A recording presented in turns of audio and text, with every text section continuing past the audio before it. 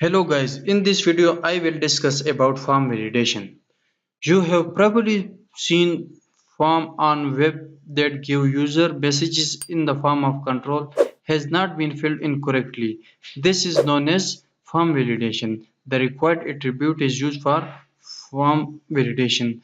You can also validate the form from a required attribute. Also you can validate it from JavaScript or other languages such as PHP. So later I will discuss about that. So now I will discuss about the required attribute. So I open my form. So this is my new form. I open it and I also open it my text editor. Open with Sublime Text.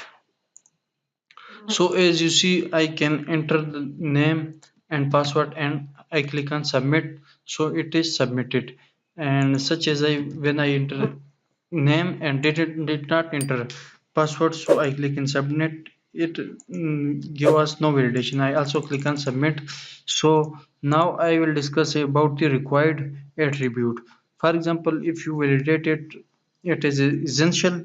So add the required attribute and control is to save and reload your page. So I give the name attribute as a required. So after refreshing, give the password and click on submit. So you will see this dialog box. Please fill out the field. So when you fill this field, you can also submit.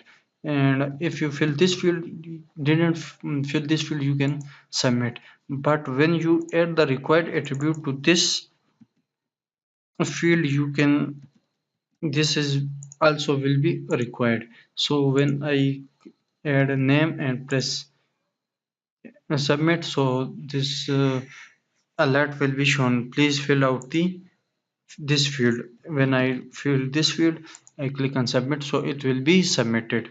So if you didn't subscribe my channel, please subscribe my channel and also click on bell icon. Thanks for watching.